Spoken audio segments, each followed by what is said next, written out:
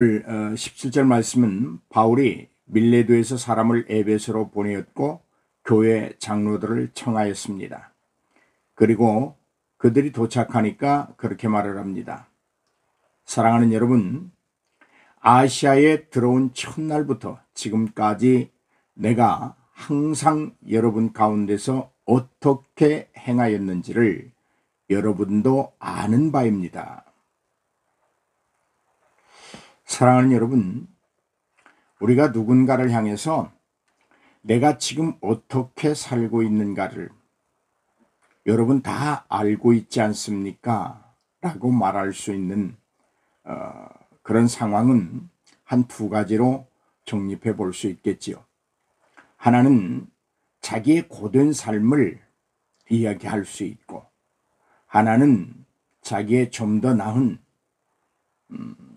우리가 흔히 말하는 잘 살고 있는 바를 말할 수 있을 것입니다. 그럼 지금 바울이 말하는 이 내가 어떻게 지금까지 살아왔는가를 여러분 알지 않습니까? 라고 하는 이 말은 결코 바울이 편안한 삶을 살았다든지 어떤 그 자신의 배움이나 자신이 얻을 수 있었던 그 권력이나 이런 것들을 가지고 누리며 살았다고 하는 것이 아니라 그 다음 절에 보면 19절에 보면 바울이 자기가 지금 어떻게 살아왔느냐 자랑하고 여러분이 다 알고 있는 삶입니다 라고 말하는 것은 겸손이었고 눈물이었고 시험을 참고 주를 섬긴 것이었고 유익한 것은 여러분에게 내가 다 가르쳤지 않습니까? 나는 그런 삶을 살아왔습니다. 참 여기서 참 감동이 듭니다. 전도자로서 만나는 이들에게 내가 전도자로서 어떻게 살아왔는가 아시지 않습니까? 혹은 내가 하나님의 백성으로서 어떻게 살아왔는지 아시지 않습니까? 또 좀 더 좁혀서 말하면 내가 예수 교회의 성도로서 예수 교회를 구성하고 있는 하나의 구성원으로서 어떻게 신앙생활하고 있는지를 아시지 않습니까? 이렇게 말할 수 있는 사람. 참 아름다운 사람이다. 그렇게 말할 수 있겠습니다. 자기가 살아가고 있는 삶이 자기가 목적하고 정한 가치에 준한 삶을 살고 있다고 하면 이렇게 당당하게 내가 지금 사람으로서 어떻게 살고 있는지 알지 않습니까? 오늘 저와 여러분이 좀 더 우리의 삶에 대해서 내놓을 것 있는, 아니 믿음의 생활에서 그리스도인으로 하나님의 백성으로 주의 종으로 보여줄 수 있는 그리고 떳떳함 이런 삶이 계속 되어지기를 주의 이름으로 축복합니다. 바울의 삶은 모든 겸손이었다고 말합니다. 모든이라고 하는 말은 하나님과 사람들 앞에서 동일하게 겸손했다 그런 말이겠지요. 모든이라고 하는 말은 어떠한 경우에도 어떠한 상황 속에서도 겸손했다 그런 말이겠죠. 자기를 높일 수 있는 상황이 몇 번 있었습니다. 자기를 자랑할 수 있는 상황도 있었습니다. 그러나 그는 겸손했습니다. 모든 것이 주의 은혜일 뿐이라고 고백했습니다. 여러분, 우리도 하나님과 사람들 앞에서 진정으로 겸손할 수 있기를 바랍니다. 모든 겸손, 그것이 우리의 삶이 되었으면 좋겠습니다. 그 다음에 바울은 눈물이었다. 무슨 의미일까요? 결코 편안하고 모두가 원하는 삶은 아니었다 그런 말이죠. 누가 자기의 삶을 눈물로 점철시켜 가기를 원하겠습니까? 그러나 바울은 모든 눈물이었다. 비록 슬프고 외롭고 때로는 모함을 받고 가둠을 당할지라도 바울은 전도자의 삶을 살기 위하여 나는 그 길을 회피하거나 도망치지 않았다. 당당하게 겸손과 눈물로 이겨왔다. 그런 말씀입니다. 그 다음에 바울이 자기 삶을 고백하는데 이렇게 말합니다. 유대인의 간계로 말미암아 당한 시험을 참아냈다. 감옥에 갇히는 것, 비난을 받는 것, 이런 것들. 유대인의 간계였지요. 바울이 아무런 잘못이 없습니다. 정말 예수 그리스도를 증거하는 것밖에는 아무 일도 하지 않았습니다. 그러나 자기들을 혼란스럽게 말한다. 예루살렘을 정말 혼잡하게 만들고 이단스러운 말을 통하여 자기들의 정체성을 흔들리게 만들고 자기들의 어떤 그 이익에 반하게 말한다라고 하는 이런 모함적인 간계를 통하여 바울이 수없는 괴로움을 당하게 됩니다. 그러나 바울은 이겨냈습니다.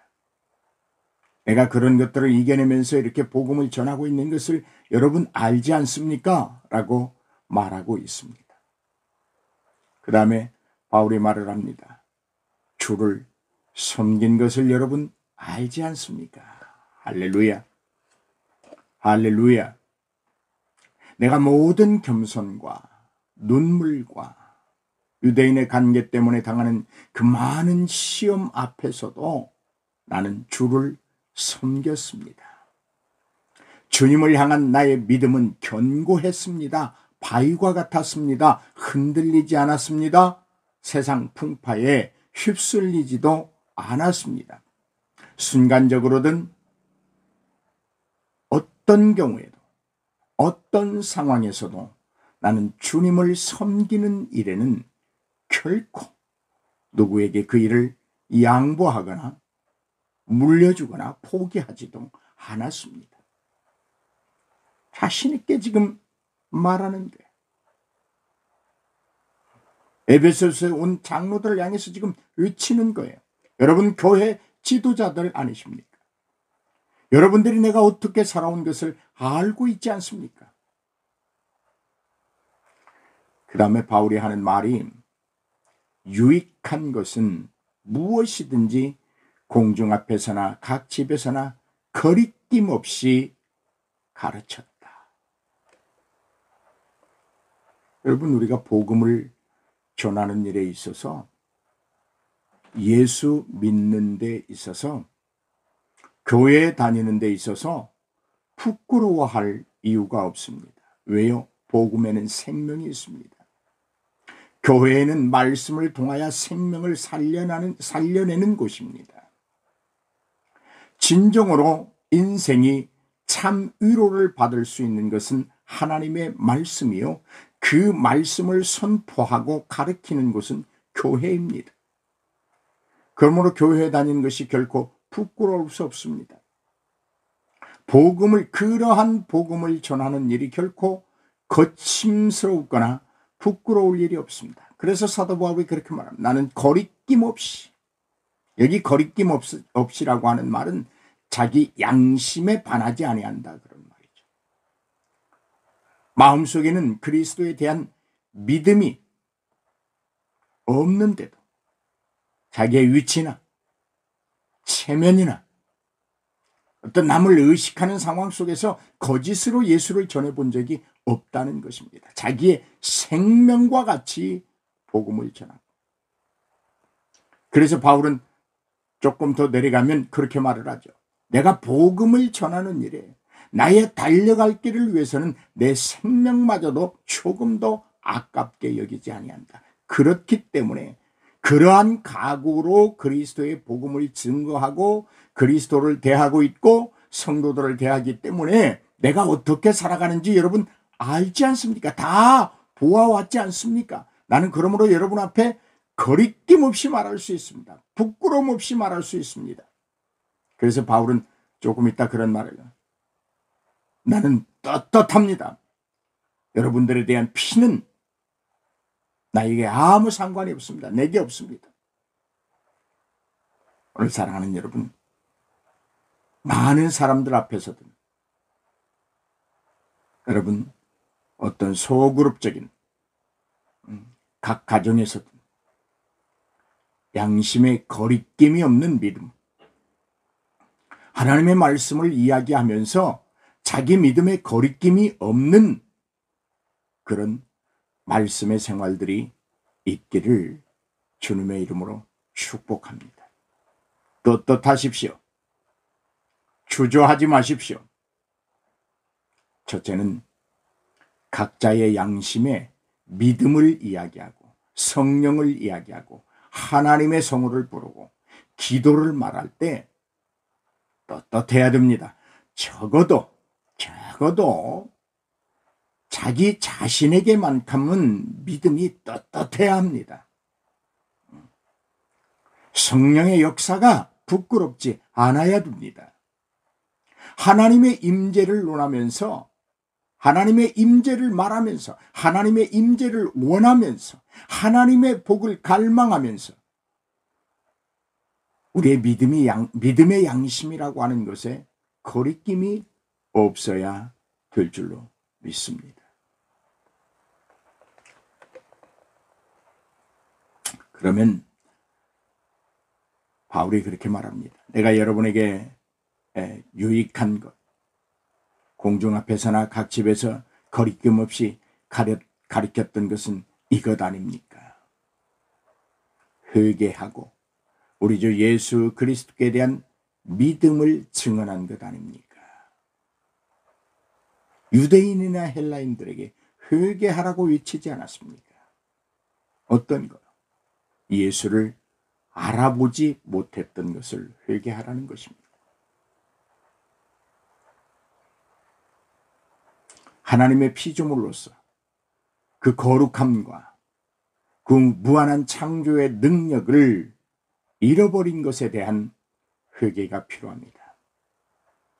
오신 예수로 영접하지 못한 것에 대한 회개가 필요합니다. 아직도 그리스도가 나를 위하여 죽었다고 하는 사실, 그리고 우리에게 영생을 약속하신 그 부활의 모습으로 새 생명으로 부활하셨다고 하는 그 사실을 믿지 못함에 대하여 유대인 중이나 헬라인 중에 다 회개하라고 내가 증언하지 않았습니까? 그리스도를 믿으라고 증언했습니다. 여러분, 복음은 간단합니다. 어렵지 않습니다. 예수님이 나의 구속주요, 우리 모두를 죄에서 구원하시는 유일하신 구속주라고 하는 사실을 믿는 것이 복음입니다. 그 다음에 22절에 보면 바울이 그렇게 말을 합니다. 보라, 이제 나는 성령에 매여 예루살렘으로 가는데 거기서 무슨 일을 당할는지 나는 알지 못한다. 바울은 알고 있지요. 예루살렘에 올라가면 자기의 복음 전도의 사역이 순탄하지 아니하리라는 것을 알고 있습니다.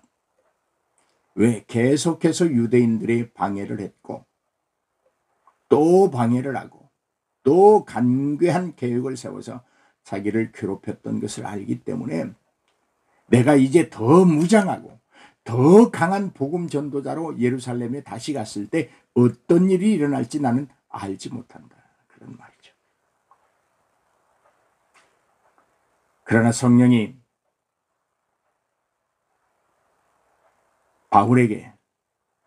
바울을 돕는 자들에게 환상을 보여줬던 것들을 열거합니다. 성령이 각 성에서 지금까지 내가 거쳐오던 그 각 성에서 내게 증언하여 줬다. 이 말은 성령이 가르쳐 주셨다 그런 말이죠. 오늘날로 말하면 성령이 어떤 환상이나 이런 것들을 통해서 가르쳐 주셨다. 예지하여 주셨다. 그것이 뭐냐면 너희가 예루살렘에 올라가면 결박과 환란이 너를 기다리고 있을 것이다. 여러분 솔직히 인간이라면 이러한 상황을 좀 피하고 싶지 않을까요? 힘들고 어렵고 가시밭길을 가는 것보다는 조금은 우회해서라도 평탄하고 걷기 쉽고 찔리지 않는 길을 가고 싶지 않을까요? 만약 그렇다면 후자라면 바울은 예루살렘에 올라가지 않을 것입니다. 그런데 복음의 길은 결코 그렇지 않습니다.